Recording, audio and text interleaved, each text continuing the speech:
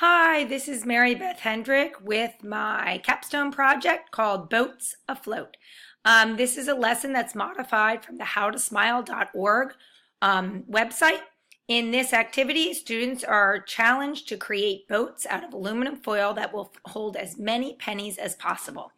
This engineering design project will be the concluding activity of a 5E curriculum unit that engages students in multiple experience with explorations and with floating and sinking.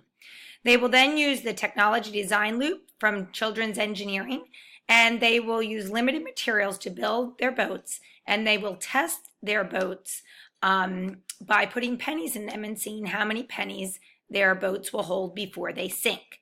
They will get a second chance to try to improve their design to see if they can create a better design that holds more pennies. Then they will share their results and their thinking about the strength of their boats and what happened when their boat finally did sink. The science concept behind this is if you add enough weight to any floating object, it will eventually sink.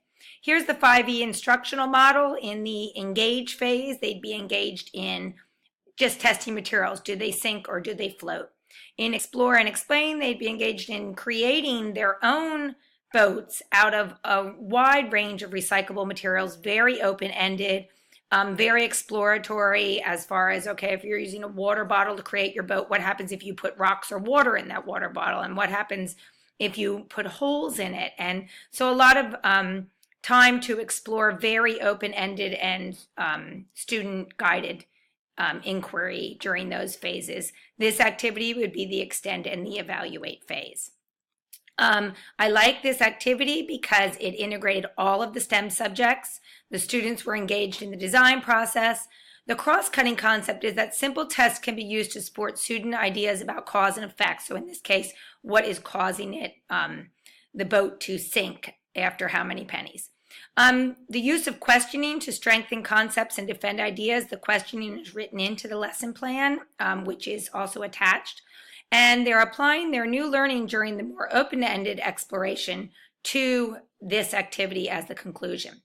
On the scientific inquiry scale, as I said, this is very teacher-guided, but it does follow a lot of more open-ended activities, which I feel like makes it appropriate, and it especially helps. The guidedness of it helps them go through the steps of the technology design loop. They're using observations and experiments to find evidence about the natural world, in this case water, making sense of experiences, forming explanations, and engaging in discourse about their observations and their explanations. And they're communicating and justifying their ideas. Here's some examples. I did not have kindergarten students to do this with, but I did have college students, which was just as much fun. And their first designs, they were given an 8x8 piece of aluminum foil, and this was one of the kids' designs. This was the other. They both thought it was important to have a large base on there. I think they were thinking about, I heard the word barges, so they were thinking about how barges carry things. But as you can see, it held a lot of pennies, too many for kindergartners to reasonably count accurately. So on their second try, I limited it to a 6x6 piece of aluminum foil, which really helped make it more workable for kindergarten students. And then what they learned from the first one was that it needed to have higher sides to be effective. And it did hold less pennies then, but they learned that the higher sides was important because of the sinking of their first one. That's where they felt like it started to go wrong. Here's some pictures of them putting the pennies in and counting them, of one sinking, one floating. Here's a sideways picture of it.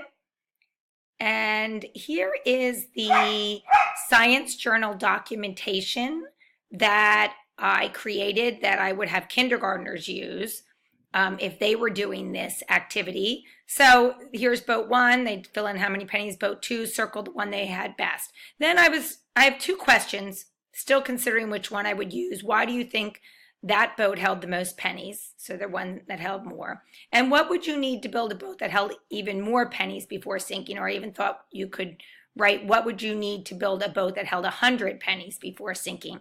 To kind of get their ideas going to past boats that they build and how that worked. Thank you and happy summer, everyone. Enjoy.